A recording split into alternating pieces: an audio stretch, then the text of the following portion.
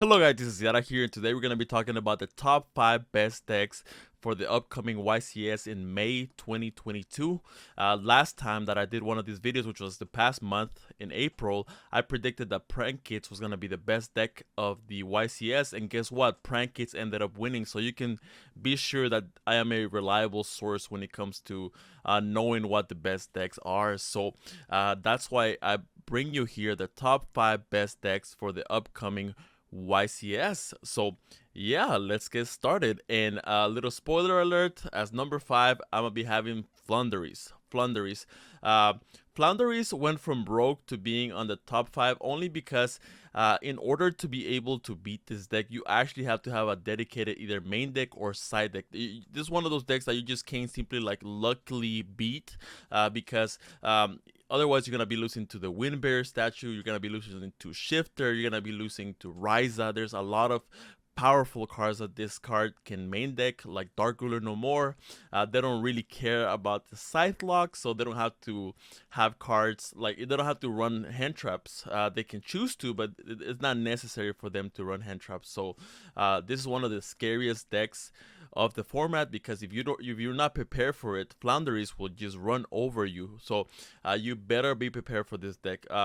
Couple of cards that you may want to like side in versus them would be Lancia, Droll, Anti-Spell Fragrance, a lot of those cards. So be prepared to be facing Flounderies. So the reason why I don't want to put them any higher than top 5 is because with the Despia being so popular and then being able to pitch the Banshee, they're able to set up Zombie World, and Zombie World hurts Flounderies a lot, and that's why I cannot put them any higher. But you can, if they win the die roll, it's very hard for them to lose. So be prepared to be facing Flounderies. That's why I have them as my top 5. So now we have the top 4. So for the top 4, I have Eldritch.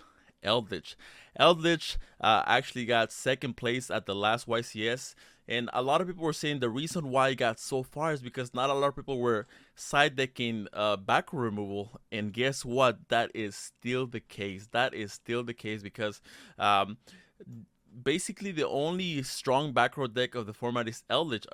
Alter Guys, Guru, they're doing absolutely nothing. So it's mainly only Eldritch that's putting up like a scary trap cards like Skill Drain. They can pretty much either main deck or side deck all the floodgates that they want, like Summon Limit, Skill Drain.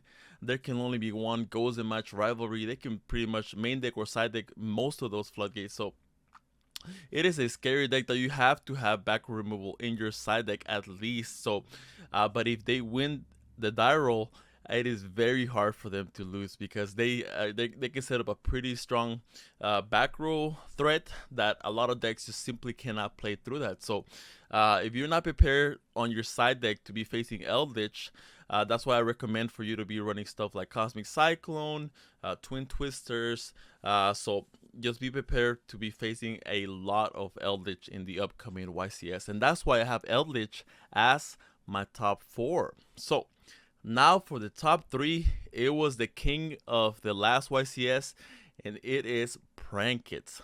Prank Kits. I mean, Prank Kits can still do what they do best. They don't run poly like they used to before Meow got limited, but now with the Brave stuff being so popular, Brave Prank Kits Destroy Phoenix Enforcer is still a scary deck. That's why they won the past YCS.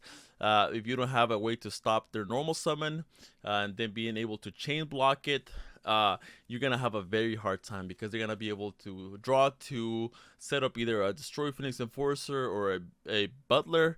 They're gonna be able to have multiple pops, and they are very good in the grind game. They can even main deck stuff like Mystic Mine because they can tribute their monsters and then end up with no monsters. So they can practically keep Mystic Mine forever, and you're not gonna out resource them. So with pranks, they can just shuffle back and draw. So yeah, Prank Kits is still strong. Don't take them lightly, but they have been dethroned by some other stronger decks that you will be seeing in my list in a little bit. So, but you still gotta be prepared for Prank Kits. All right, don't take them lightly. They're no longer the king, but they are still a strong contender.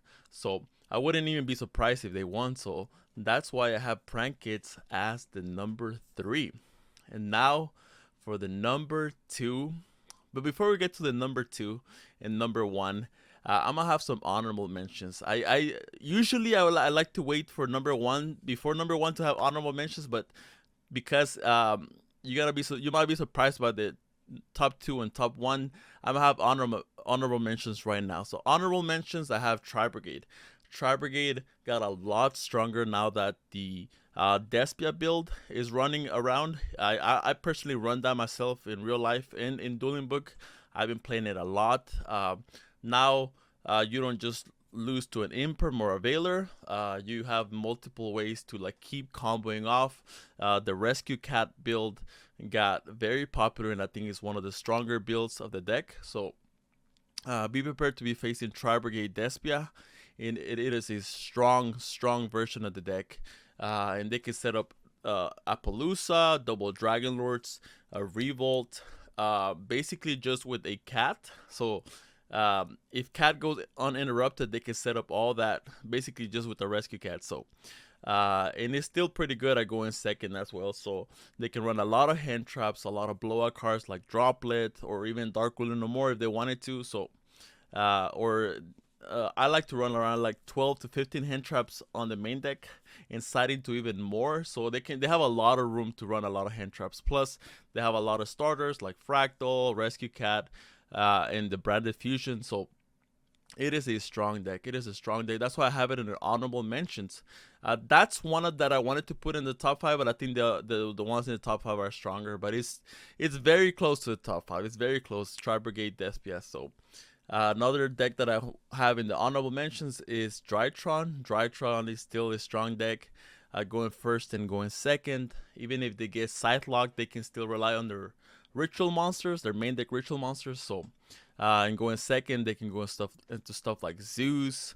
It is a strong deck. It is a very strong deck. They can even set up the Bear on the floor as the 5th summon or before 5 summons. So they have a lot of ways to play around Nibiru or other hand traps. So, and not a lot of people are main decking Droll right now or even side decking it. So Droll is one of those cards that hurts them a lot, but it's not very popular right now. So Drytron is thriving because of that. So, and then we have Phantom Knight. Phantom Knight. So Phantom Knight will be my last honorable mention. Phantom Knight is still doing Phantom Knight things. They can either run the brave version or the non-brave version.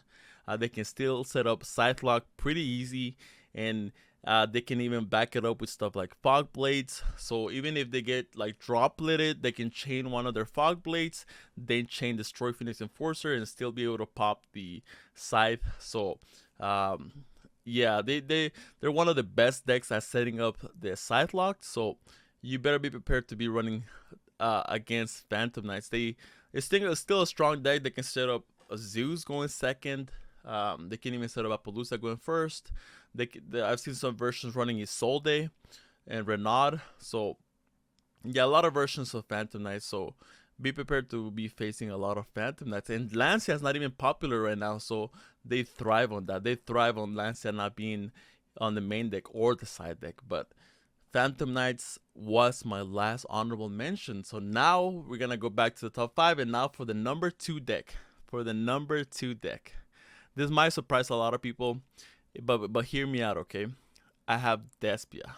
You might be wondering, how in the world are you having Despia as the number 2 and not number 1? Because I think there's a better deck than Despia that you'll see it right now. But Despia is such a powerhouse. It's such a powerhouse. And basically by numbers alone, so many people are having access to this deck because it came out on the structure deck. So a lot of people can build it like pretty cheap. A strong deck for like almost like a fraction of the price of other decks. But they do basically what Prankis was doing last format, but even better. They have like a non-targeting banish with the Mirror Jade. They have multiple pops with the Chimera. They can do multiple banishes with Mirror Jade because they're able to revive another one during your turn. So, or they can even set up double Masquerade so they can burn you.